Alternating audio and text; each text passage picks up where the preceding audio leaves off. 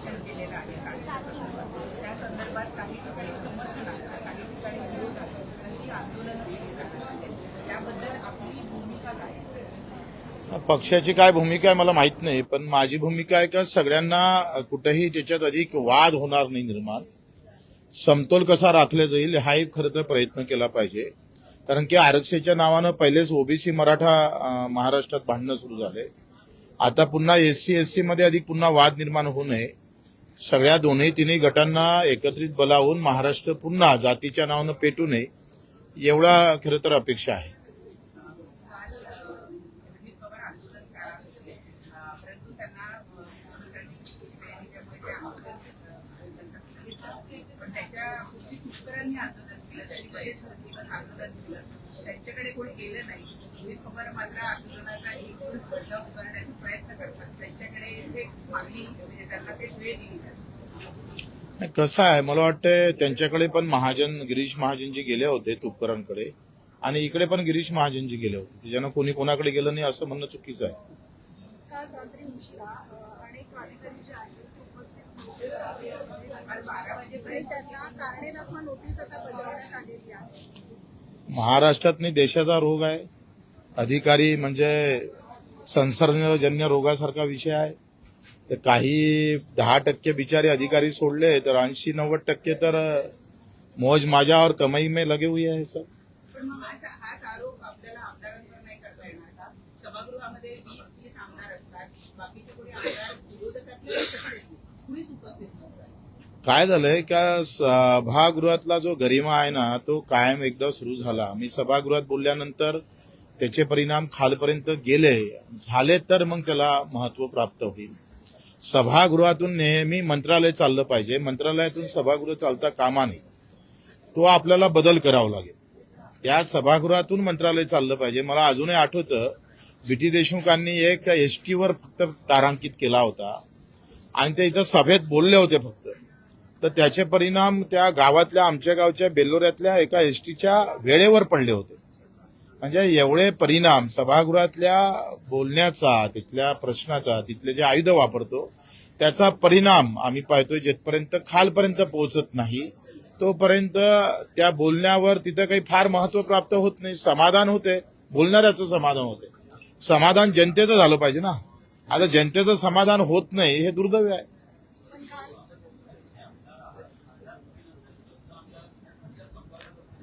माझ्या शिवसेनेच्या पक्षाचे 14 आमदार शिंदेच्या संपर्कात असल्याचं बोललं जातं. आता शिवसेनेच्या संपर्कात राहणार ना. त्यात ह्याच्यात वेगळं काय सांगा. पाणी पाणी से मिलने वाला है. हा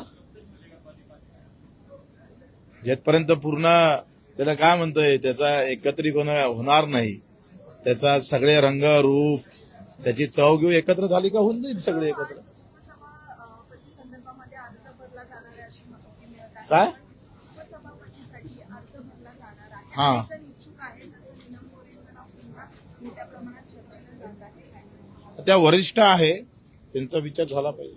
पण पक्षाने काही अशी भूमिका घेतलेली आहे, अनेकांनी इच्छा व्यक्त केलेली आहे, पण नीलम गोरेंचं नाव अनेकांनी इच्छा व्यक्त केली, मला माहित नाही कोणाकोणातरी. तर तुमच्याकडे यादी असेल तर मलाही द्या, मी त्याचं शिफारस करतो.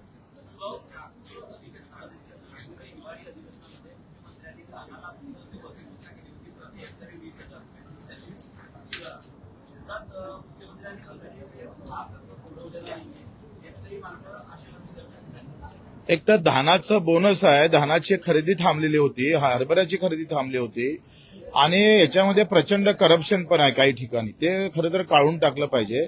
ज्याच्या घरी आमची तर ज्वारी ज्याच्या घरी नाही आहे, ज्यानं ज्वारी पेरलीच नाही त्यानं नोंद केली आणि ते ज्वारी व्यापाऱ्यानं विकली शेतकऱ्याच्या नावानं. हे जे करप्शन वाढत चाललं आहे याच्यावर नियंत्रण ठेवणं फार गरजेचं आहे.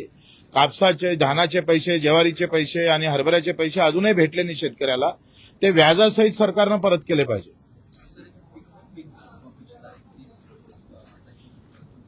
मला वाटतं 5 जुलै जे काही पीक कर्ज माफीची तारीख समोर ढकलली त्याच्यातून मला फार आशा आहे, कारण त्याच्यातल्या दुरुस्त्या आता त्याच्यात मला वाटतं येणार. कारण ते लगेच केलं असतं तर दुरुस्त्या आल्या नसत्या. त्या जेव्हा समोर सरकल्या गेली त्याच्यामुळे त्या दुरस्त्यासहित कर्जमाफीची शासन निर्णय निघेल अशा अपेक्षा आहे. सर, आज तुम्ही एक लक्षवेधी मांडणार आहात. ही लक्षवेधी ग्रामीण भागामध्ये संगणक परिचालन त्या संदर्भातली नेमका काय विषय आहे? आता संगणक परिचालकाचा मानधन किंवा त्याचं देखरेख ज्या कंपनीला दिलं ती कंपनी वर्षाला 250 कोटी रुपये कमावतं, काही न करता कमावतं. आमचं म्हणणं आहे त्या कंपनीला 250 कोटी देता कशाला? तुम्ही डायरेक्ट संगणकाला ते द्या ना त्याच्या ह्याच्यात. त्याच्यावर नियंत्रण, त्याच्यावर लक्ष ठेवण्यासाठी जर अशा पद्धतीनं कंपनीला कारण नसताना पैसे जातं, हा घोळ आहे. म्हणजे वर्षाला नाही म्हटलं तरी 1000 ते 2000 कोटी रुपये आपण जास्त देतो कारण नसताना, ते थांबले पाहिजे.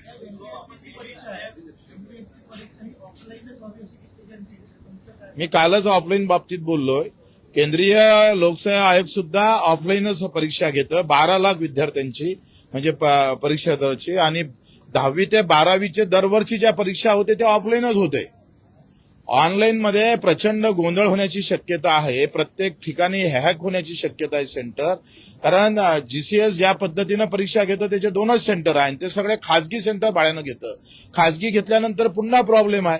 गरिबांच्या मुलाला, शेतकऱ्यांच्या मुलाला, कष्ट करणाऱ्याला, एखाद्या टॅक्सी चालकाला तुमच्या कॅमेरामॅनवाल्यांचे पोरं लागले पाहिजे ना नोकरीवर.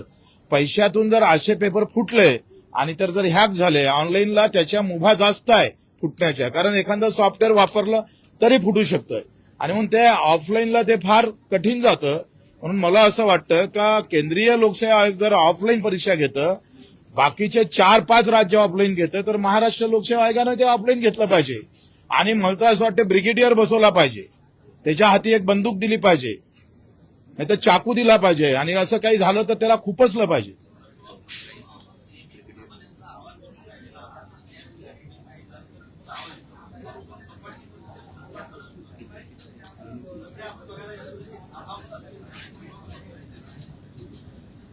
आता विरोधी पक्ष नेतेचं तो मोठा प्रश्नचिन्ह आहे. ते तुम्ही काँग्रेसला विचारला पाहिजे, राष्ट्रवादीला विचारलं पाहिजे, उभाटाला विचारलं पाहिजे. हो, त्यांचा विषय आहे ना. आता मी सत्तेतला माणूस त्यांच्या बाजूने बोललो तर पुन्हा तुम्हाला असं वाटेल की आप सत्य के साथ नहीं है.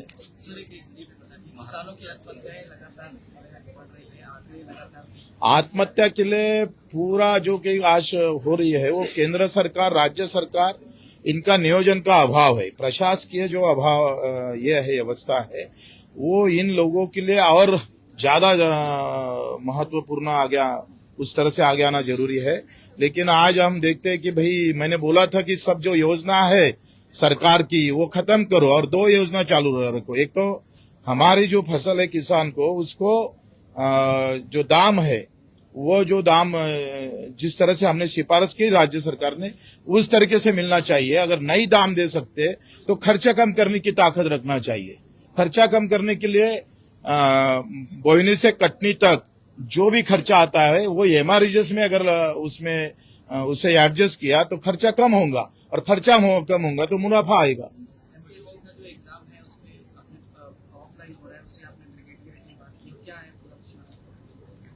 क्या वो तो ऑफलाइन ही होना जरूरी है. ऑनलाइन बोले तो खासगी कंपनी आएंगी, प्राइवेट कंपनी आएंगी, और प्राइवेट कंपनी पूरी माल जमा कर लेंगी, पूरी तरह से इसको सब खत्म करेंगे. अब परीक्षा लेने के लिए अगर प्राइवेट कंपनी की जरूरत है तो फिर सरकार है क्या? हमारे अधिकारी क्या करते हैं? लोक सेवा आयोग क्या करता है? क्या जरूरत है उसकी? और केंद्रीय लोक सेवा आयोग अगर ऑफलाइन परीक्षा लेती है, हमारी 10वीं 12वीं के पेपर 16-17 लाख स्टूडेंट का परीक्षा जो है वो ऑफलाइन होता है, तो ये क्यों नहीं? ये तो फिर और खासगी कंपनी का बड़ा होगा.